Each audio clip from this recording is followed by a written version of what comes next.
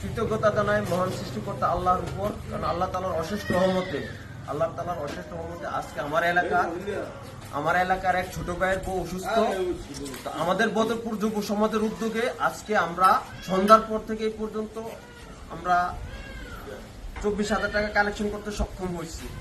এবং কি আমরা আমাদের প্রবাসী যে ভাইরা আছে তাদের কাছে 2 হাত জোর করে রিকোয়েস্ট করব যে আমরা এখানে নাম প্রকাশ করতে ইচ্ছুক না, কারণ আমরা নাম প্রকাশ করে তারা ছোট করতে চাই না, কারণ সে আমার ভাই, আমার বোন।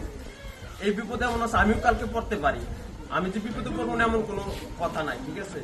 তো আমরা আমাদের সংগঠনের কার্যক্রম এইভাবে সামনের দিকে অগ্রসর হবো ইনশাল্লাহ।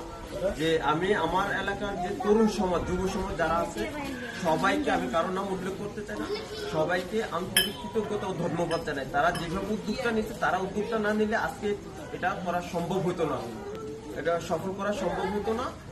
আর বিদেশ থেকে প্রবাসী সাব্বির দায়িত্ব নিচ্ছে, সাব্বির দায়িত্ব নিয়ে মনে হয় 2,500 না 3,000 করছে। তো সাব্বিরে বলবো যে সাব্বির যদি নিজ দায়িত্বে ওইখানে যে আমরা যে কোরআনটা আছে, মুন্না, তারপরে রবিন, অনিক সহ যারা আছে A to Z সবার সাথে যাতে একটু যোগাযোগ করে, কমিউনিকেশন করে সেটা যতটুকু সম্ভব হয়, যে আমাদের গ্রুপে জিজ্ঞেস নাম্বার দেওয়া আছে ওটাতে যোগাযোগ করলে ভালো হবে।